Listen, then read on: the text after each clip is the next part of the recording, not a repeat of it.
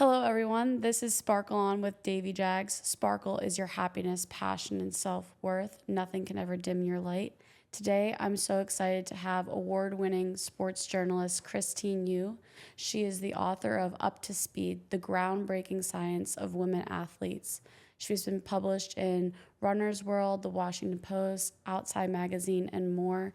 And as a former athlete, I love this book. It's so informative. So if you haven't read it yet, definitely read it after this episode.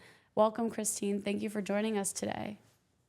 Hi, thank you so much for having me. I'm excited to chat with you. Yeah, so we first met at one of your book stops when your book first came out in LA, at a running store in Santa Monica, and I brought my old high school teammate, and it was such a great talk, and that was actually a live podcast, which was really cool. Um, but I wanted to kind of dive back into like your earlier part of your career and life, and so how did you come to be a lifelong athlete? Yeah, I guess I've kind of just been active my whole life, right? It's like had a pool in the backyard, grew up swimming and skiing with my family, but really started playing team sports in middle school. Um, the school I went to, like, you had no choice. You had to play sports, which I think was a kind of a blessing in disguise for me as my parents were Chinese immigrants and they just really wanted me to do well in school. I'm not really sure they would have pushed me into doing sports had I not been a requirement of like graduating the class or being promoted to the next class up, right? Um, but it really just was an incredible experience. And I think the thing that I loved the most about it was really having this time with my friends and playing and being silly, but also being competitive and like watching yourself like learn a skill and get better and improve and then go out and use that skill in a game, right? So I kind of played sports all through high school, and then just in college stayed active and have just been running and swimming and again still skiing and hiking and picked up surfing several years ago, which has been super fun. And it's just become like a really kind of integral part of my life and lifestyle. I've been injured a lot recently, so it feels really weird when I can't do it, right? Like I feel like a little part of me is missing. Yeah, and so I guess I wanted to first ask, when did you notice that research gap in women's sports and athletics that kind of drove you to write about it? I mean, to be honest, like I would say like it's kind of embarrassing like how late it was that I noticed this, right? I think it was around I want to say like 2013, 2014 or so. Like I was at this magazine event here in New York City. It was like for writers and editors and stuff like that. There was a panel with a doctor talking, and she was talking about the female athlete triad, right? Which is this condition which connects like menstrual health, like you often like lose your period or you get irregular periods, which can then impact bone health, which is usually tied to some nutritional issues, right? And so when I was younger growing up, I had often heard that if you lose your period, it's a good thing, Mm-hmm. that it means you're fit. It Mm-hmm. means, you are athletic. It all the pros and the Olympians, like they lose their period. That's what happens, right? As you become a better athlete. So I never really thought it was a bad thing per se. So listening to this doctor talk about all these like long-term health repercussions that happen when you don't get a regular menstrual cycle, it was like shocking to me, right? Like in the sense that I'm like, why don't I know this information about my own body? Why didn't I know this information when I was younger? And then as I got, more into journalism, because journalism is a little bit of a career pivot for me. As I started reporting more and talking more to experts and talking to athletes themselves, kind of hearing in these like side conversations and whispers, like, yeah, I don't know, like they would tell me about the scientific research, but then kind of, in a whisper, be like, yeah, but we don't really know that much about women. I was like, what are you talking about? And so it kind of like started to come out the fact that like there is not a lot of research around women and female bodies when it does come to exercise physiology and sports science research. And it kind of just sent me down this rabbit hole to try to figure out, well, why is that? Like, why don't we study women to the same extent that we study men? And if we don't, what are the implications, right? Like, what does that mean not only for athletic performance and something like injury, but what does it mean for like long-term health, long-term athletic development, long-term well-being? Mhm. Those were like the bigger questions that I was really interested in. Yeah, no, definitely. And I think it is so fascinating that that's kind of like about the menstrual cycle and women losing their periods across the board. Like the first time that I went on birth control was because I was trying to stop my period for races. And we were never taught that it's maybe common to lose our periods as women athletes, but it's not normal. And Yep. that's what I love about this book. It dives into all the different intricacies of things that impact women, but also in their athletic careers. And so I want to go into a little bit about that menstrual cycle. Is most women are not taught, girls are not taught about the menstrual cycle being a cycle. You said in your book when you were younger, you thought that it was just days that you bled out of the month. And so, can you talk about your research and the ways in which athletics incorporates it or doesn't as an actual cycle and those phases? Yeah.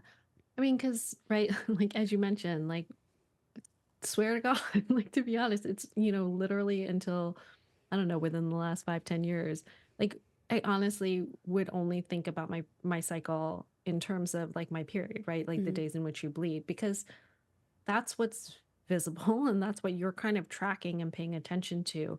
And I think it's in large part because, like you said, girls and women, we're not taught about this part of our physiology.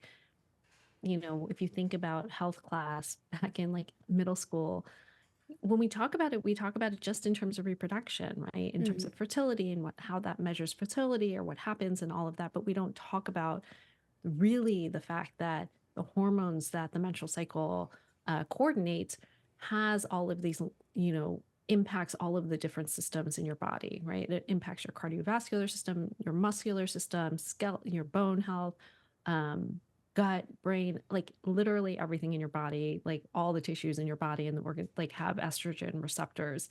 And so I think part of what for me a lot of this book was in trying to peel back, if you think about the layers of an onion, right? Like peeling back and understanding what is the role of the cycle in terms of, yes, the primary role might be related to reproduction, but there are all these other secondary jobs that it does. And so I think when it comes to athletics, what's tricky is, like I said, we often only think about this in terms of reproduction.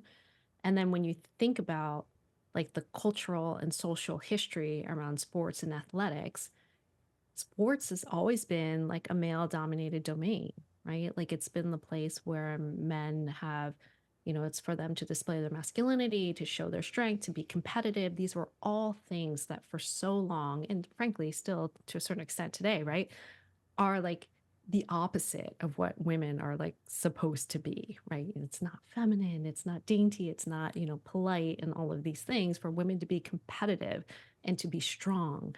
And so like you have this kind of these competing ideas almost, right? Like you have the cycle kind of becoming almost like the symbol, if you will, of like femininity.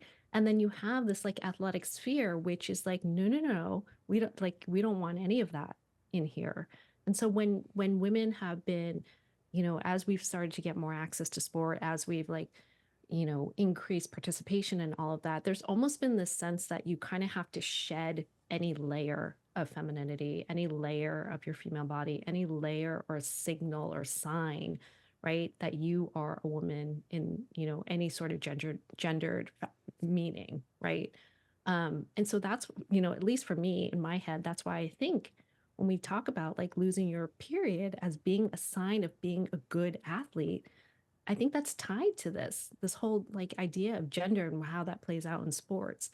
And so it's no surprise to me in a way, right, that when we come and think about our menstrual health and like women's health in sports, we don't pay attention to that. We don't take that into account as to how that might impact someone's training, how that might impact their, their response to training, their performance, their injury, and all of these different things. Because again, that's women's stuff, right? Like, what does that have to do with sports and performance?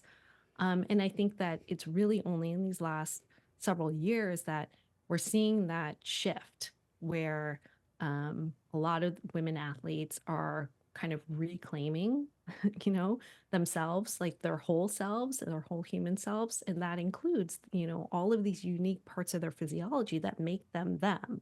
And so that's why I see, a lot of attention, I think, paid to things like, well, how does your menstrual cycle affect your performance? Because frankly, it is part of your physiology. It is something that you need to pay attention to, just as you would, your muscles and your nutrition or your recovery or something like that. It's just part of who you are. Yeah, and I understand what it's like to kind of be like shocked at the ways that this cycle and the phases impact our day to day as women. About 2 years ago, I started syncing the phases of my cycle with my creative energy, Mm, and realizing also the impacts of it as on like a mental health side. Um, so it is transformative, and now as I'm training for Chicago Marathon, I'm trying to also keep that in mind with endurance training because it's something that I've never experimented with before. Because before it was you had to get a certain amount of mileage in on this part of the season, and back to like contraceptives and the pill. Um, there was no warning from a doctor, or even like it was kind of like encouraged, like, oh, you don't have to get your period if you don't want to, right?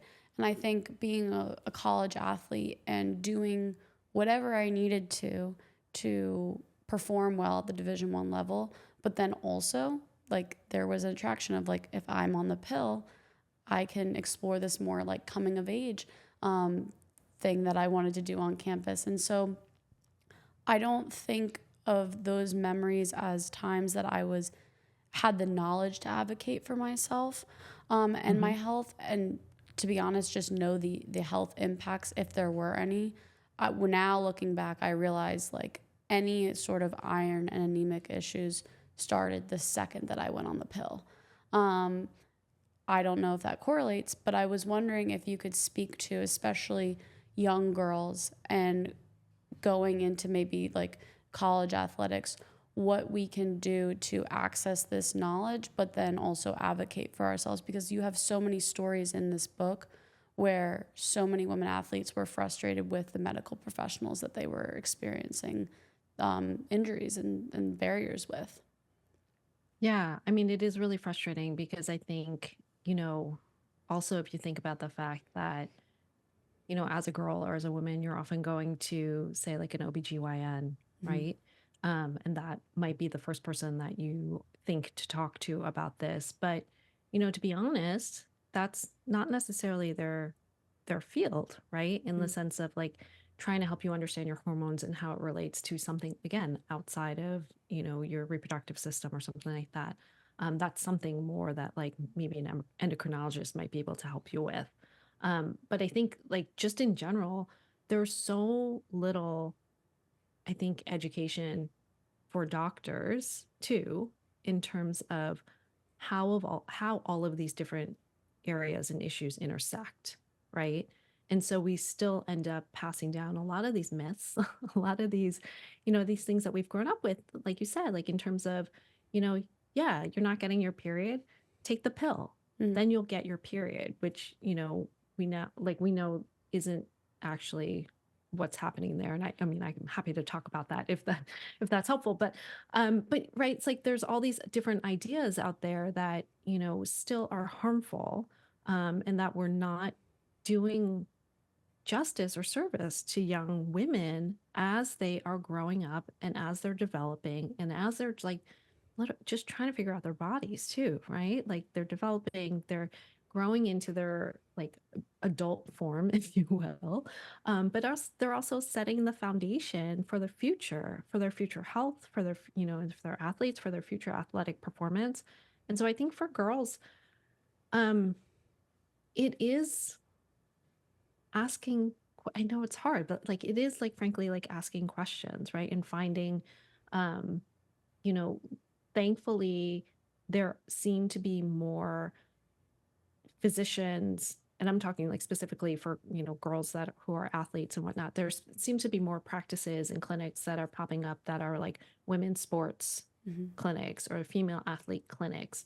And what's unique about those, I think, is that, as we said, the medical field tends to be pretty siloed in their own specialties. And so what these practices tend to do is bring together multiple different specialties who are able to address a lot of different issues that, young girls and women and might be facing if they're athletes.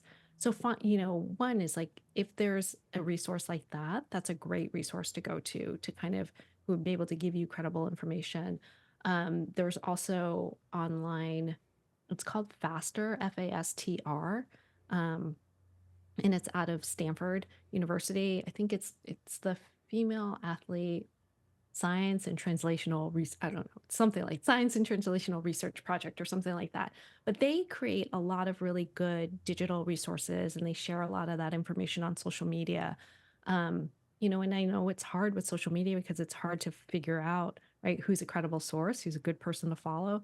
But they're a good one to start with and to follow, because a lot of their information is geared towards, kind of younger, like adolescent, younger women, young women in adulthood, and have really good resources that you can then kind of jump from there.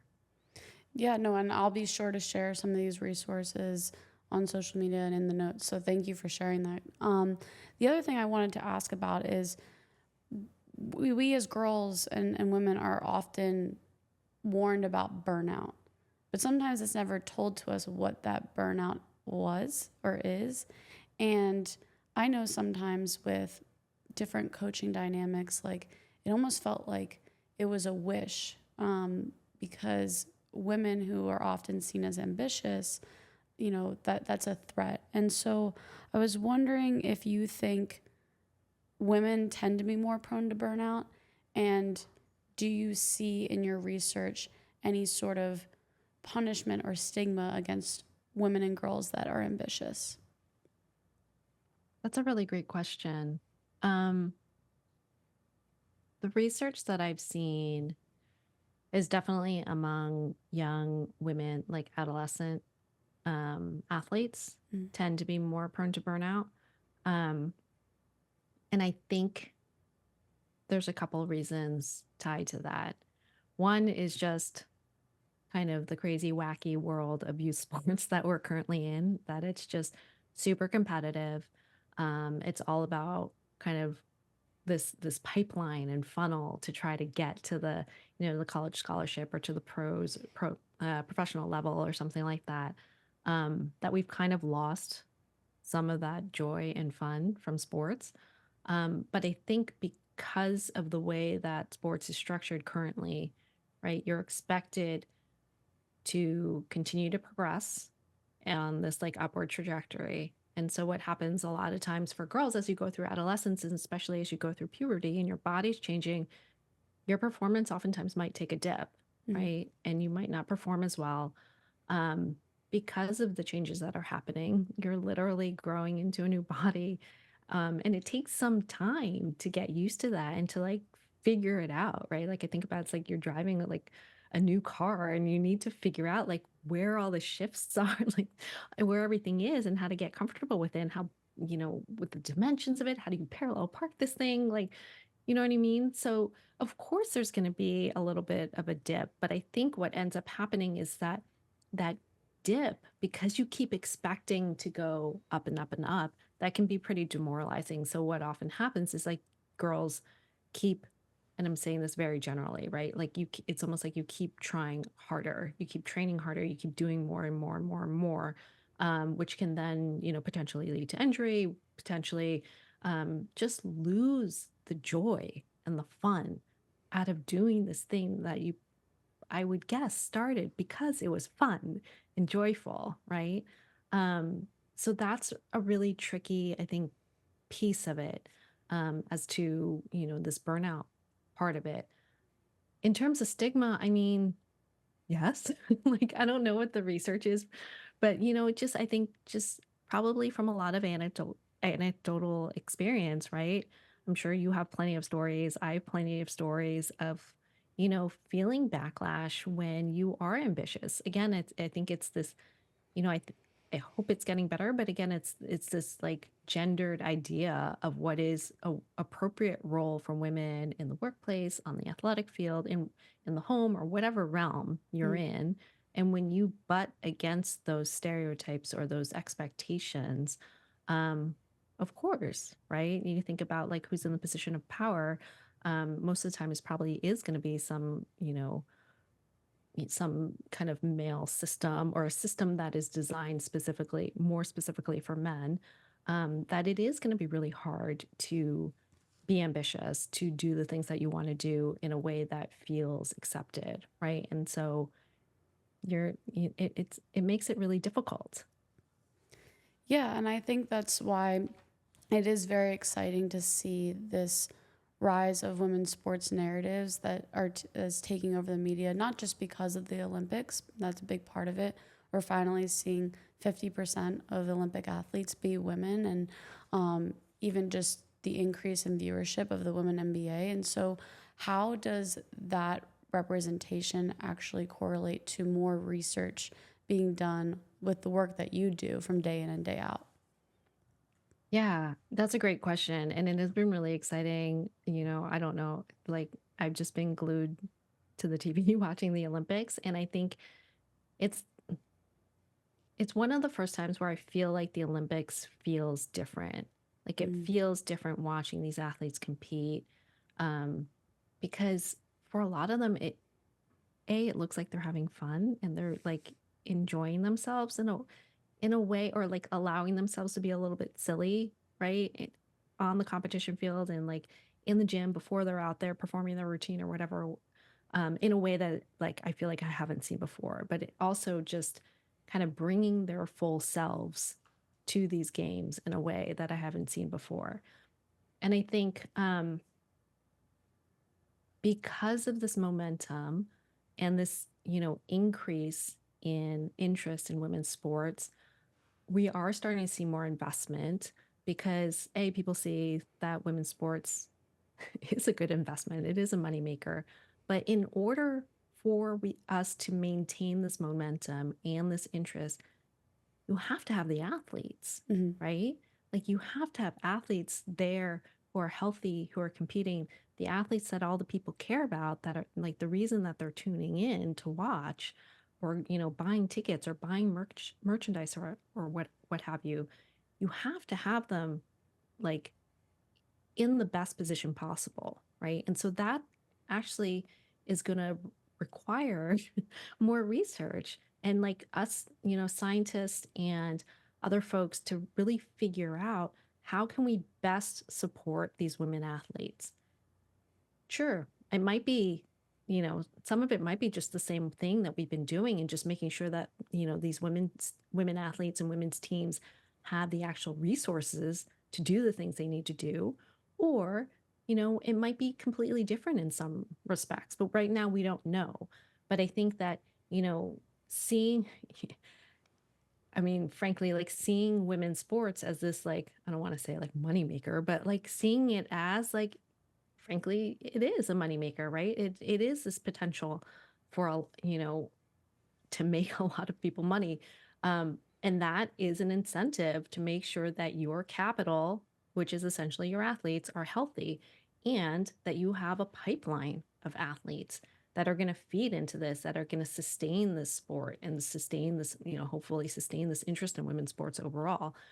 But again, that's going to require investment in understanding this specific population that you're working with, really, and then investing in the resources that they need to be supported so that they can then perform the best that they can.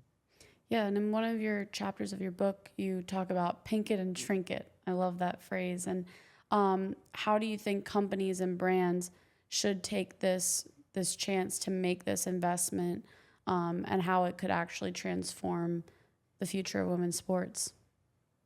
Yeah, I mean, I feel like this is like the easiest business decision ever, right? Is to invest in like women's specific or not even women's specific gear, but investing in this market and Mm. making sure that there's gear and clothing and whatever and equipment for these athletes to do the things that they need to do. In the past, you know, the whole shrink it and pink it idea is that like they're like, oh yeah, there are women who are seem to be more active or interested in being active. So let's create some stuff so that some apparel and whatnot so that they can do these things. But it wasn't really, it was just like taking the men's designs, kind of shrinking it down, kind of cutting, making it fit a woman's form, changing some colors, and then that was it, right? It wasn't like that they were actually designing products specifically for women. And what ended up happening is that, yes, it did allow women to get on the field and to play, but again, it didn't take their specific needs into account.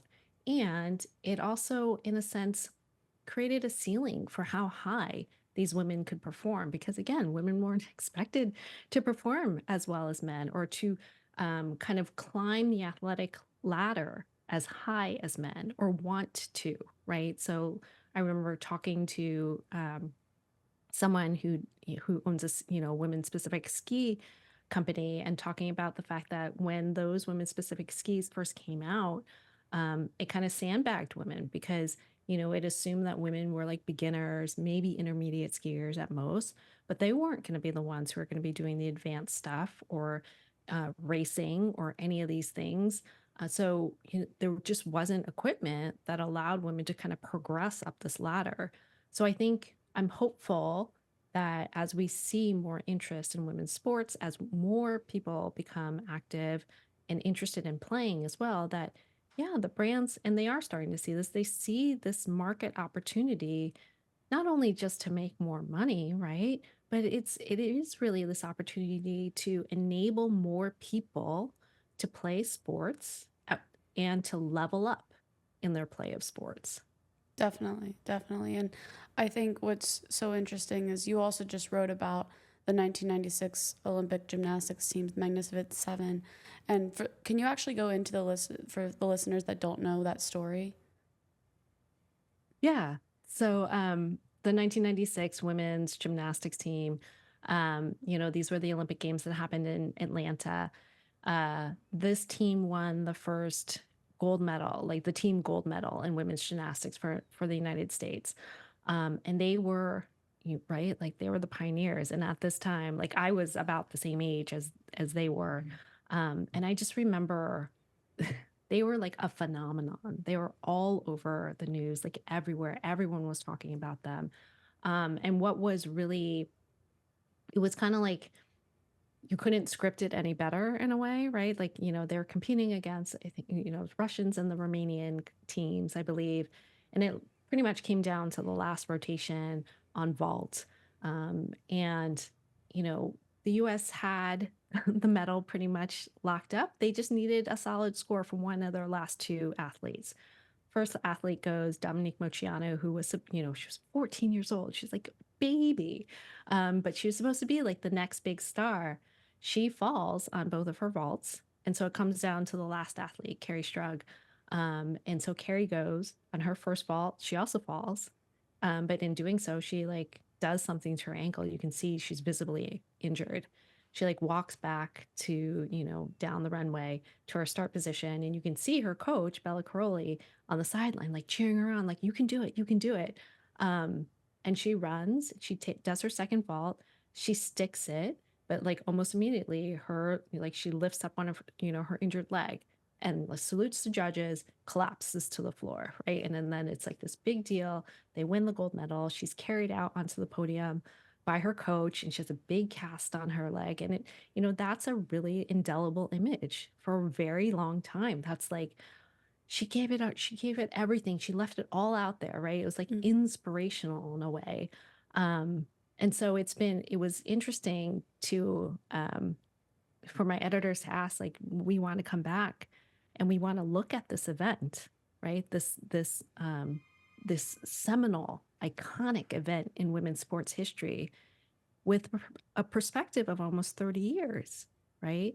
And with the perspective of, everything that's come out with the Larry Nasser case and all the abuse that's happened in gymnastics, all the, supposed cultural change that's been happening in gymnastics.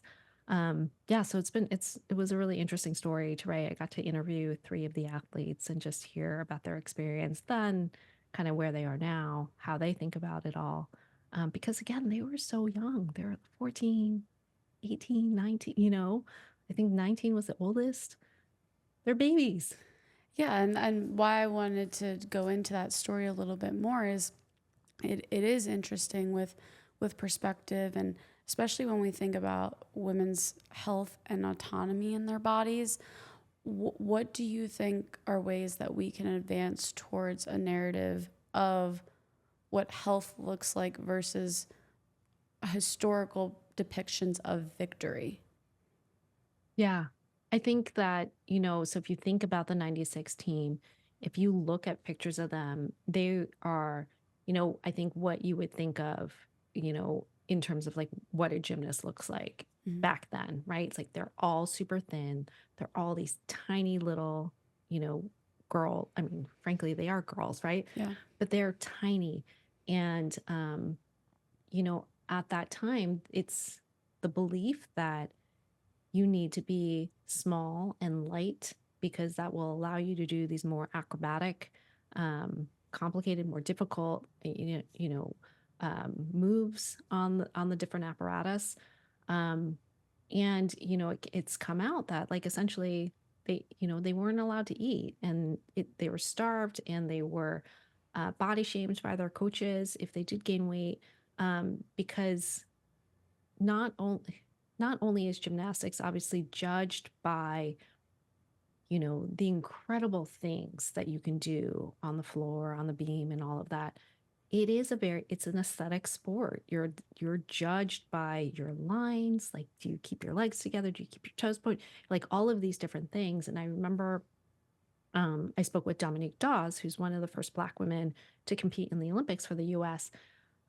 She's like, I felt like everything, my body was wrong. Like I looked at my body, and there's a, 0.2 deduction, or, whatever. It's like, cause my feet turn out a certain way, there's another deduction because, this body part wasn't, the ideal of what an Olympic gymnast is supposed to look like. Right. So that just creates so much distress and Hmm. mental strain, right? When you're thinking about your body is not perfect and you're trying to do all these things, and it can lead you to um, partake in some pretty unhealthy practices, right? That we saw in terms of like eating disorders and all of that.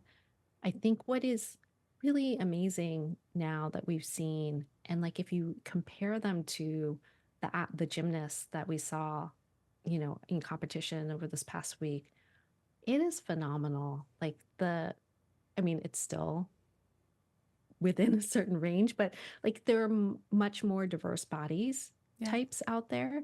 We also see more diversity just in race as well in terms of these athletes that are competing. But I think that there is more of a recognition of the fact that like it's like you need a healthy body to be able to do all of these amazing things that you do. You do all these really I mean, you think about Simone Biles and what she gets like 12 feet off the air in in the first tumbling pass of her floor routine. Like, you need to be strong and powerful in order to be able to do that stuff. And I think that there is, at least it seems like, more like recognition and acceptance of, different body types. um, but it's a work in progress, right? Like we still see, I think, a lot of pushback on how people look, and especially for women. Um, I saw a lot of like really kind of gross comments too about like Katie Ledecky in Mm-hmm. this last week too, in terms of like she is by far the greatest swimmer out there. But because like, yeah, she has muscles, she has broad shoulders, she's built for her sport. And that's the reason why she can do these amazing things in the pool. But again, like I feel like, as a society, we still come across a lot of friction around like what is um, considered acceptable for like a woman athlete to look like, and what is not. Yeah, and I guess my follow-up question to that is like, how do you think medical professionals, coaches, the people that aren't necessarily the ones performing, how can they be better like allies, advocates for the athlete and their well-being? I mean, like you said, you brought up the abuse of women's gymnastics that existed, and it was so many blind eyes that happen in every single one of these scenarios. What are ways that we can train one another to make sure that things like this are not ever happening again?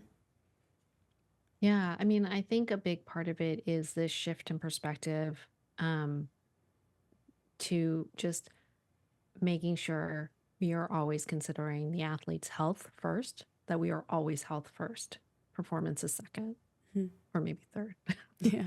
Right? But like that ultimately should be like the driver behind the decisions that are made, um, to make sure that your athlete is, you know, their health is always first and foremost that we take into account. And we think about what was it during the gymnastics, the Olympic trials for the gymnastics here in the US, right? We saw it was like terrifying because there were so many injuries during that event. Um, and one of the things that I remember being said was that, Shilese Jones was someone who was, very much expected to make the US team.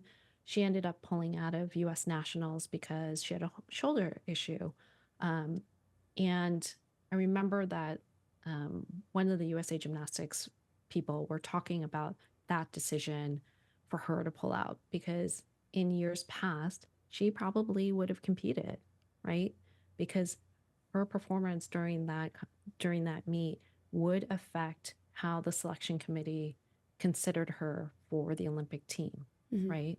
But you know, the fact that she was able to pull out because of her health, because like it wouldn't have been good for her. She could have really injured herself. Um, I think that's the type of kind of deliberation and decisions that we need to be thinking about. Of course, these athletes, right? They work their hearts out for so many years to make something like the Olympic team. And of course you want them to make it. And of course you want them to perform well there. But if they're putting themselves in a position that could potentially compromise their health, like that's not worth it. And I think that that is the role, right, of the coaches and the medical staff around there to kind of bring that additional perspective in. Again, what as you are like thinking about these training or injuries or anything like that, so that we can make sure that like we are always prioritizing that athlete and their long-term health and well-being over one Olympic, one Olympic cycle or one specific meet or anything like that. Absolutely. And I think what I love about your work is it's so rooted in advocacy and also your passion that you have as just an individual athlete, because your personal passion and your work goes so hand in hand. Do you believe that passion actually informs some of the work that we do that possibly ends up changing the world? Probably, right? Like cuz you end up following the things that you're passionate about or the things that or at least I do, the things that are going to light me up, Mm-hmm. both in terms of, making me angry and I want to find out more about it and I want to like figure out how we can make this thing better, but also in terms of some things that light me up in terms of just bringing me joy, making me happy, or that I'm just interested and curious about, right? Hmm. Like, because I think that that is a big piece of it, and especially for topics and areas that like directly relate to me and my experience. Um, for sure, like, for good or for bad, probably, right? But like, for sure, that's going to affect how I approach something, So I think a lot about the fact that, it's something that I am very focused on is actually kind of like all the ACL injuries Hmm. in women's sports. And like, frankly, that's largely because I've had three ACL tears, right? Like, I had my third ACL surgery back in September. I'm just like sick of it. Like I don't Yeah. want, and it's terrible. And it's like the worst like recovery process ever. It's the longest rehab process ever. I don't want people to have to go through this unnecessarily. And it breaks my heart every time like I see an athlete at the top of their game, right? Like Mhm. kind of go down with an injury like this. Um, so yeah, I definitely think that there's something there. No, and that's what the Sparkle mission is all about. Is sometimes these situations and these instances that get us so angry and frustrated ends up driving a lot of what becomes our passion. And I don't think that's inherently a bad thing, but it's the recognition that it's not all sunshines and rainbows. It's messy, and that's what your sparkle is. It's all these different components that make up who you are. Um, and I know that you're an avid skier, and so you're a skier, you're a writer, and it's all these things, and it's about embracing those identities. So I was so happy to have you on today and share so much about your expert research and opinions. And was there anything else that you wanted to share that you're excited about that you're working on? Yeah, no, it's all I feel like everything's a work in progress. But I'm excited that, I feel very lucky in a way to have fallen into the work that I do in the specific niche. Because again, like this wasn't part of the the career plan at all. This wasn't what I was supposed to be doing. But to be able to find something that really does blend so many of my different interests together has just been really amazing. But more importantly, I think to be able to help tell the stories of different athletes, and to bring that to a bigger platform, right? To help them because stories are powerful. I mean, stories are powerful, Mhm. right? It's what connects us. It's how we learn. It's how change is made too. And I think that, you know, I feel very privileged to be in a position to be able to help other people tell their stories. Um, and I mean, I wouldn't give it up for the world. Well, I love that. Thank you so much and sharing the power of storytelling with all of us, especially as it relates to women athletics. I know it's a big part of our lives, but definitely for a lot of listeners out there. So thank you, Christine, and sparkle on. Thank you for having me. Bye.